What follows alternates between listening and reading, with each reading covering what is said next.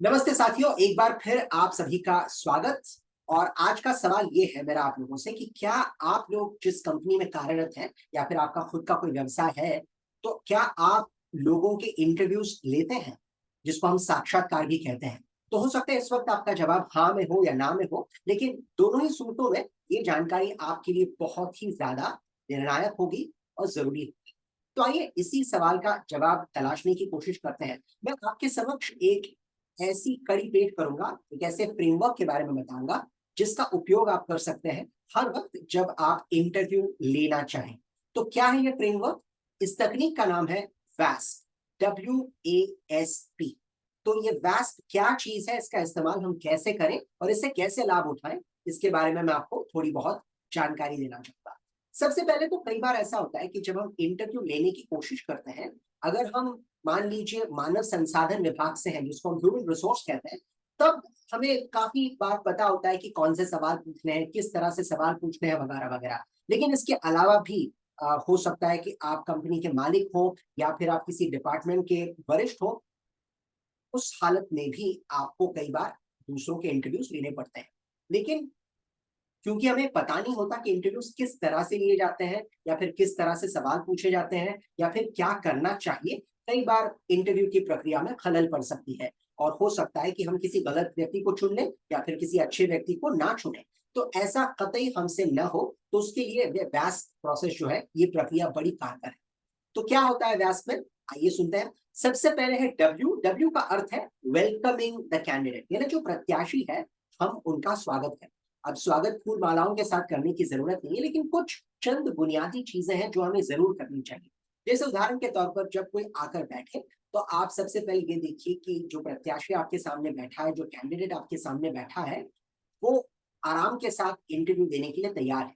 कई बार लोग काफी परेशान होते हैं, कई बार उनके ऊपर मानसिक तनाव होता है।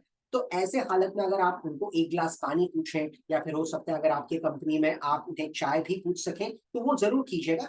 इससे सामने वाले को इंटरव्यू देने में आसानी होती है। अब इससे आपका क्या फायदा? जब सामने वाले को इंटरव्यू देने में आसानी होती है, तो आपको इंटरव्यू लेने में भी उतनी ही आसानी होगी। वरना आपका काम नहीं बनेगा। अगर सामने वाले के दिल पर कोई बोझ है, तनाव है, तो वो खुलकर अपनी बातें नहीं बताएगा। तो हो सकता है कि इससे कोई अच्छा प्रत्याशी, अच्छा कैंडिडेट आपके हाथों से छूट जाए। तो हालांकि इंटरव्यू में आपने सवाल पूछने हैं और सामने वाले को थोड़ी तकलीफ भी देनी है आपके टेढ़े मेढ़े सवालों के साथ, लेकिन उससे पहले ये सुनिश्चित कर लें कि सामने वाला आराम के साथ इंटरव्यू देने के लिए मानसिक तौर पर तैयार है, ताकि आप अपने सवालों की बौछार उस पर करना शुरू कर सकें। दूसरी बात जिसको हम कहते हैं ए। अब ए का मतलब है acquiring information from the candidate. Acquiring information का मतलब क्या है कि सामने वाले से हो सके उतनी जानकारी आपने इकट्ठा करनी है। अब ये जानकारी कौन सी होती है, ये जानने की कोशिश करें कि जो प्रत्याशी है, कैंडिडेट है, उसकी जो पृष्ठभूमि है वो क्या है, वो किस तरह का उनका व्यक्तित्व है, कहाँ तक पढ़े लिखे हैं। तो ये सारे सवाल आप पूछेंगे, उनका कोई अनुभव है या नहीं है। तो यहाँ पर आप ज्यादा से ज्यादा जानकारी इकट्ठा करने की कोशिश करेंगे, ताकि आप इस बात को सुनिश्चित कर सकें कि जिस व्यक्ति की तलाश आप कर रहे हैं, क्या सामने वाले व्यक्ति में वो खूबियां हैं या नहीं। तो इसीलिए सवाल बहुत ज्यादा अहमियत रखते हैं यहाँ पर।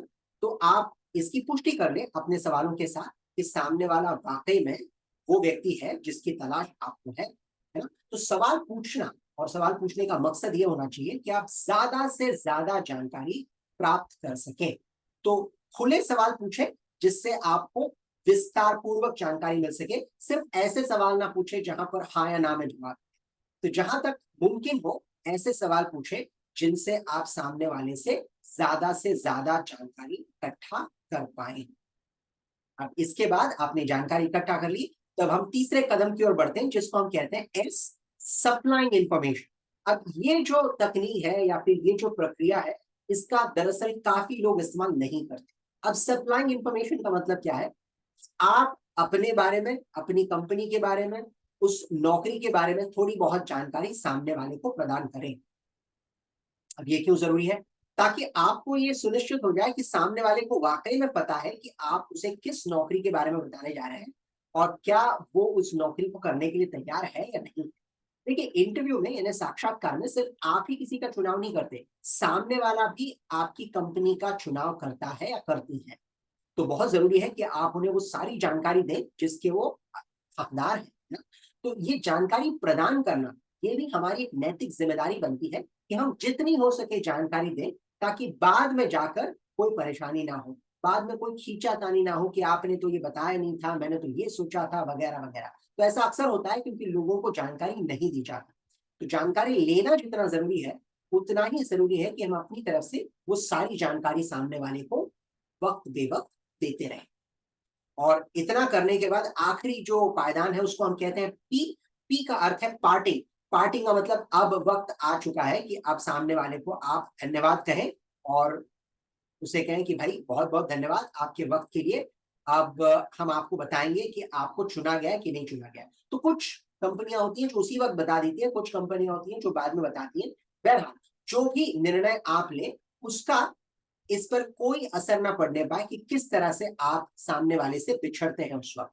तो आप उसे टाटा बाय बाय कह दें, हो सके तो अपनी जगह से उठें, उसके साथ दरवाजे तक चलें, उसे वहां से रुखसत करें। तो रुखसत करने की जो प्रक्रिया है उसे पार्टिंग कहा जाता है। और ये बहुत जरूरी है कि पार्टिंग जो आप करते हैं वो ठीक तरीके से हो, क्योंकि यहाँ पर आप दर्शाते हैं कि हम लोगों की वाकई में इज्जत करते हैं।